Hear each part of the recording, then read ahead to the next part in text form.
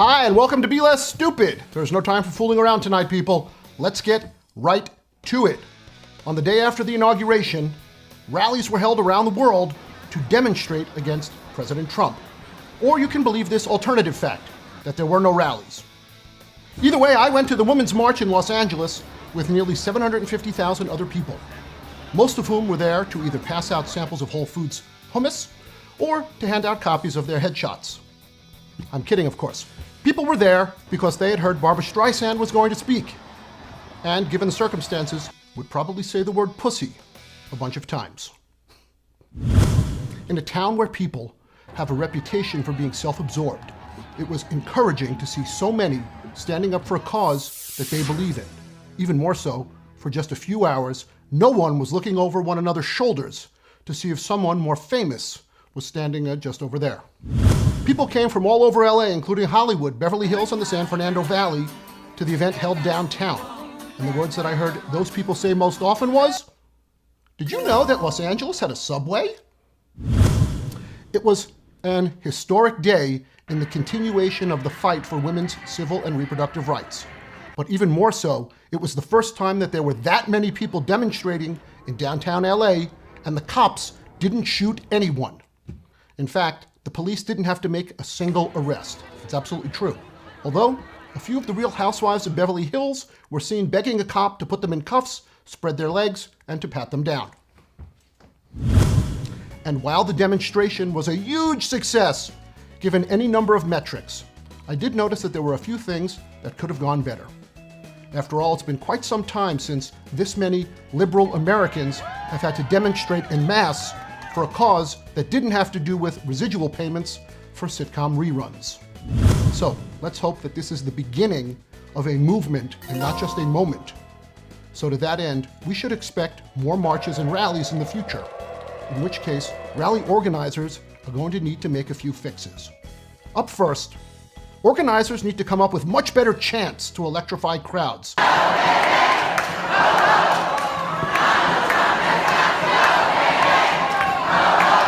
The problem? Nothing rhymes with misogyny, or abortion, or equal pay for equal work.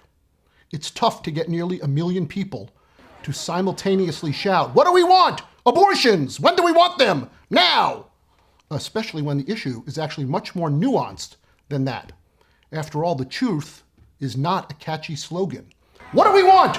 Access to reproductive health information and the right to choose what happens to our own bodies. When do we want it? As part of a comprehensive insurance package offered by our employer, assuming our company has more than 50 employees. Or from an open exchange that offers quality care for deductibles that I can afford. And if I can't, will be subsidized by the federal government. Or if I'm under 26, I can remain on my parents' health plan. We also need some new protest songs. All of our great protest songs are more than 40 years old. Kids today couldn't find the Redwood Forest or the Gulf Stream waters, even if they used Waze. And assuming they did find it, they'd only go there and play Pokemon Go. Ask a kid today who Dylan is, and he'd probably say the cute guy from 90210. And then there's Edwin Starr's War. You know, war. Huh! What is it good for? Today at most college campuses, if a guy wants to say, huh, as in war, huh, what is it good for?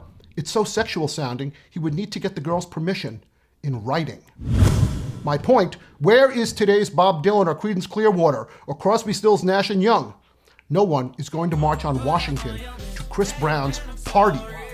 Plus, he's an awful choice as a messenger. I would be remiss if I also didn't mention a few of the things that the rallies got right. The first being this hat. It's perfect for 2017. My wife made this one and 25 others that she gave away. It's pink, which is feminine, and it has cat ears, which reminds everyone of the president who said that he can grab a pussy because he's famous.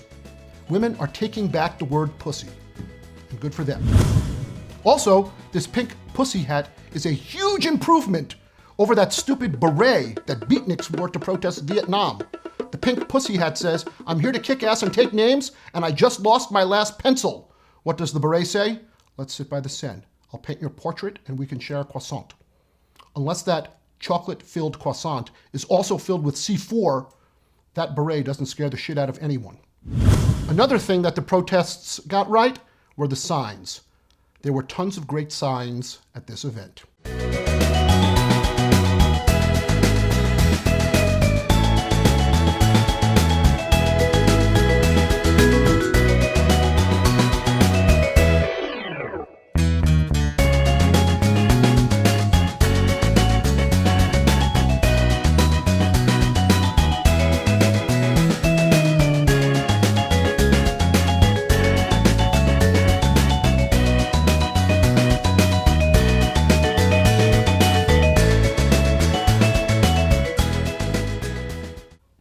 Best of all, these rallies showed the new president and his administration that the 50% of Americans who didn't vote for him will not be silent, that they are patriotic, and that they are invested in the success of their own future, that they will not stand idly by as the government attempts to roll back rights for women, people of different faiths, different cultures, and different sexualities, and that they have an enormous respect for the First Amendment to the Constitution, the right of the people to peaceably assemble and to petition the government for redress of grievances.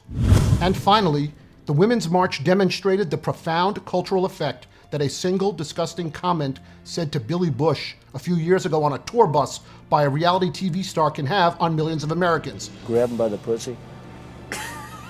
If you thought Trump was pissed about the crowd size at his inauguration, wait till he sees the tsunami of raw, peaceful resistance he'll have unleashed if he attempts to take away a woman's right to reproductive health care, or sends jackbooted thugs to round up Muslims because of who they pray to, or attempts through legislation to make gays, lesbians, or the transgendered second-class citizens, or any of the other vile and draconian measures that he proposed during the campaign.